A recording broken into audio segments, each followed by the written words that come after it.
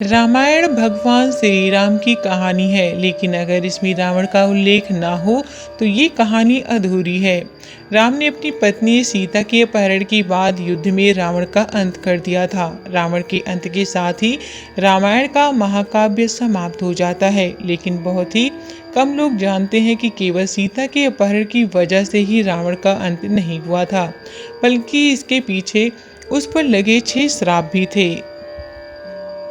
ढेरों तप तपस्याएं और वरदानों की वजह से रावण ने अपनी आयु 1000 साल से अधिक कर ली थी और मौत भी उसका आसानी से कुछ नहीं बिगाड़ सकती थी। एक तरह रावण अमरता हासिल कर चुका था, लेकिन उसने इतने पाप किए थे जिसकी वजह से कई लोगों ने उसे श्राप दिए। हालांकि उसे सजा देना आम इंसान की बस की बात नहीं थी। यही वजह है कि रावण के अत्याचार से धरती के लोगों को बचाने के लिए भगवान विष्णु को खुद राम के रूप में जन्म लेना पड़ा। लंका के राजा रावण को उसने जीवन काल में इतने श्राप मिले जिसकी वजह से न केवल उसकी मृत्यु हुई, बल्कि उसके वंशज का भी नामो निशान मिट गया। रघुवंश में एक प्रतापी राजा थे जिसे अनारण्य के नाम से जाना जाता था। रावण पूरे विश्व को जीतना चाहता था, जिसकी शुरुआत करने पर सबसे पहले उसका युद्ध राजा अनारण्य से हुआ।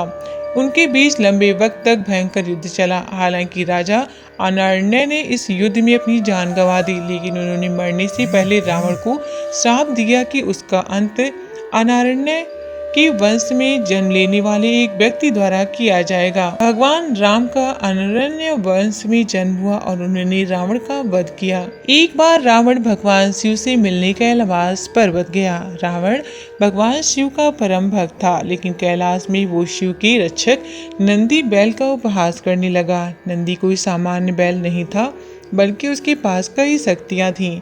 इसके बाद नंदी ने क्रोध में आकर रावण को श्राप दिया कि रावण की मृत्यु का कारण एक वानर बनेगा और उसकी लंका का सर्वनाश करेगा, जो बात बिल्कुल सच हुई। वानर रूप में भगवान हनुमान ने लंका में आग लगा दी और उन्होंने रावण के खिलाफ युद्ध लड़ने में भगवान राम की सहायता की।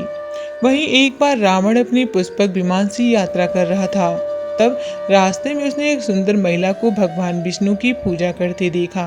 वो महिला भगवान विष्णु से विवाह करने के लिए तपस्या कर रही थी, लेकिन रावण उसकी सुंदरता से मंत्रमुग्ध हो गया और उस स्त्री के बाल पकड़कर उसे अपने साथ लंका ले जाने लगा। उस स्त्री ने उसी जगह प्राणों की आहुति दे दी और रावण को श्राप दिया कि उसका अंत एक महिला की वजह से होगा। हम सभी को पता है कि रावण की मौत भी सीता की वजह से हुई थी। रावण को उसकी बहू रंभा ने श्राप दिया था। रंभा स्वर्ग की एक अप्सरा थी। ऐसा कहा जाता है कि रावण की मुलाकात रंभा से स्वर्ग की यात्रा के दौरान हुई थी। वह उसकी ओर आकर्षित हुआ और उसे हासिल करने के लिए रावण ने उसे पकड़ लिया। रंभा ने रावण को चेताया कि वह उसे ना छुए, क्योंकि वह उसके बड़े भाई कुबेर के पुत्र नल कुबेर की पत्नी बनने जा रही है। रावण को उसे अपनी बहू के रूप में देखना चाहिए और उसका सम्मान करना चाहिए, लेकिन वो रावण ठहरा। किसी की बात मानना उसके अहंकार को चोट पहुंचाता, इसीलिए रंभा की चेतावनी के बावजूद रावण ने उसकी बात नहीं मानी। जब नील कुबेर को इस घटना के बारे में पता चला तो उन्होंने क्रोधित होकर रावण को श्राप दे दिया कि अगर उसने कभी किसी महिला को उसकी इच्छा के विरुद्ध छूने की कोशिश की तो उसका सिर 100 टुकड़ों में कट जाएगा। सुपर्णखा के पति विद्युतचिनी ने थे, जो काल की राजा की सेना में सेनापति थे। रावण पूरे विश्व को जीतना चाहता था और अपनी इस ख्वाहिश के लिए उसने काल के राजा के साथ भी युद्ध किया, जिस दौरान विद्युतचिनी की मौत हो गई। सुपर्णखा ने इस युद्ध में अपने पति को खो दिया, जिसके बाद उसने अपने भाई रावण को श्राप दे दिया कि वो खुद एक दिन रावण की मृत्यु का कारण बनेगी। आगे चलकर वनवास के दौरान सुपर्णखा ने भगवान राम के छोटे भाई लक्ष्मण के सामने शादी का प्रस्ताव रखा, लेकिन लक्ष्मण ने इनकार कर दिया, जिस पर सुपर्णखा ने लक्ष्मण को सीता को मारने की धमकी दी। इस धमकी को सुन लक्ष्मण ने सुपर्णखा की नाक काट दी। इसके बाद वो क्रोधित होकर रावण के पास गई। तब रावण ने अपनी बहन को आश्वासन दिया कि वो उसके इस अपमान का बदला लेकर रहेगा।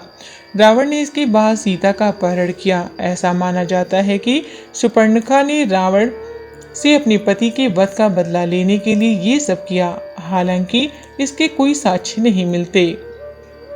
ये सच है कि रावण की वासना और अहंकार ने ही उसके जीवन का अंत किया। यहाँ तक कि उसने अपनी पत्नी मंदोदरी की बड़ी बहन माया को भी नहीं बख्शा। माया के पति सांबर वैजंतपुर के राजा थे। एक दिन रावण सांबर से मिलने गया। वहाँ रावण ने माया को अपने जाल में फंसा लिया और जब सांबर को इस बात का पता चला तो उसने रावण को कैद कर लिया। उसी समय राजा दशरथ ने रावण पर हमला किया और परिणाम स्वरूप युद्ध में सांबर की मृत्यु हो गई। जब माया ने अपने पति की मृत्यु के बाद खुद को मारने का फैसला किया तो रावण ने उसे अपने साथ आने के लिए कहा। माया ने क्रोध में रावण को श्राप देते हुए कहा कि तुम्हारी वासना की वजह से मेरे पति की मृत्यु हो गई, तुम्हारा अंत भी इसी वजह से होगा।